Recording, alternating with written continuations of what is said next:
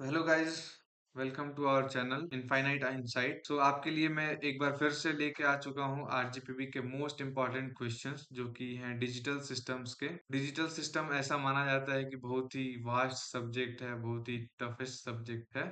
तो ऐसा नहीं है, आपको क्वेश्चंस को आपको पढ़ने हैं और आप अच्छा से अच्छा स्कोर कर सकते हो। तो चलिए हम देखते हैं बिना लेट किए हुए हम डिजिटल सिस्टम के most important questions. Digital system के जो मोस्ट इम्पॉर्टेंट क्वेश्चन हो सकते हैं और जो आते हैं, आपको डरना नहीं है इस सब्जेक्ट को लेकर। तो यूनिट वन से जो क्वेश्चन बनते हैं वो हैं हमारे नंबर बेस कन्वर्जन से। जैसे नंबर बेस कन्वर्जन क्या हो गया, तो नंबर बेस कन्वर्जन से एक क्वेश्चन आता ही आता है, डेसिमल टू हेक्सा, ठीक है, हेक्सा डेसिमल टू डेसिमल, ऐसा करके जो क्वेश्चंस होते हैं बेस कन्वर्जन वाले वो आपको आते हैं।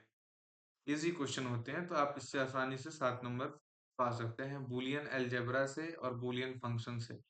एटलीस्ट इससे तो क्वेश्चन अभी देखा नहीं गया है, बट आपको इससे क्वेश्चन मिल सकता है। अच्छे क्वेश्चन बनते हैं बूलियन अलजेब्रा और बूलियन फंक्शन को लेकर। फिर आपको आता है कि के मैप आपने पढ़ा होगा, जिसको बोलते हैं कर्न ऑफ मैप मेथड्स और बूलियन फंक्शन। तो बूलियन फंक्शन को आपको के मैप से सॉल्व करने के लिए क्वेश्चन आ सकता है। ठीक है, फिर है आपका एसओपी पीओएस सिंप्लीफिकेशन।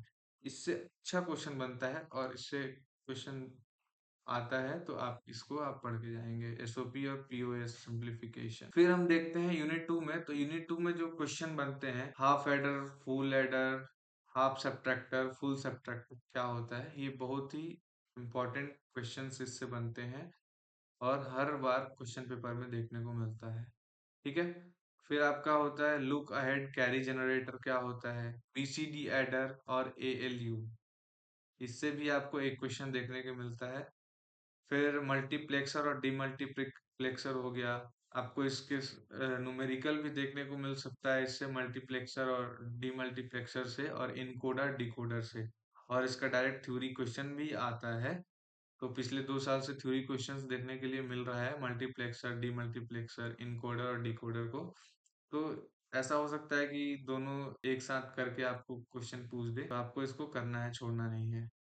फिर हम देखते हैं यूनिट थ्री में क्या आता है, तो फ्लिप फ्लॉप, जिसमें हो गया डी, टी, एस आर और जेके मास्टर स्लेव।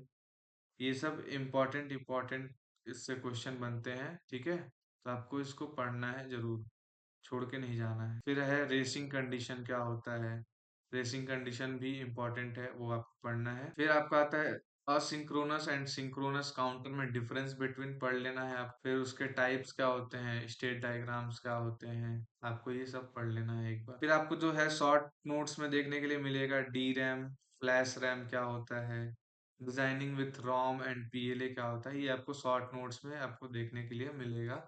तो आपको शॉर्ट नोट्स में भी अच्छे से एक्सप्लेन करके लिखना है, ये नहीं कि छोटा सा लिख के आ गए। फिर हम बात करते हैं यूनिट 4 की। तो यूनिट 4 में है हमारा AD and DA converters and their types, ये तो रख लो इसको 7 नंबर में। फिर से मल्टी वाइब्रेटर्स हो गए। मल्टी वाइब्रेटर्स में पिछले साल तो देखा गया है कि बाई स्टेबल आया था, बाई स्टेबल, मोनो स्टेबल और अस्टेबल, इन तीनों के सेम कंडीशन होते हैं, थोड़े थोड़े डिफरेंस होते हैं, तो आप एक बार इसको देख लेंगे। और फिर है आपका आईसी 555, ये तो भैया फेमस क्वेश्चन है, आईसी 555 एंड इट्स एप्लीकेशन। तो आप इसको पढ़ के ही जाएंगे विथ डायग्राम। फिर शॉर्ट नोट्स में आपको देखने मिल जाएगा TTL, PMOS, CMOS and NMOS. और पीमॉस, सीमॉस और एनमॉस में ये तीनों में डिफरेंस बिटवीन भी आ सकता है और आता है। ठीक है, तो आप इसको डिफरेंस बिटवीन भी देख लोगे तो ये शॉर्ट नोट्स के लिए भी हो जाएगा। अब है हमारा यूनिट 5। तो यूनिट 5 में क्या कहता है, यूनिट 5 में जो इम्पोर्टेंट क्वेश्चंस बनते हैं वो बनते हैं एक नाइक्विस्ट सैम्पलिंग थ्योरम से। ठीक है, नाइक्विस्ट सैम्पलिंग थ्योरम अच्छा क्वेश्चन माना जाता है। फिर है आपका बीसीएम, बीपीएस के एंड बीएफएस के मॉड्यूलेशन।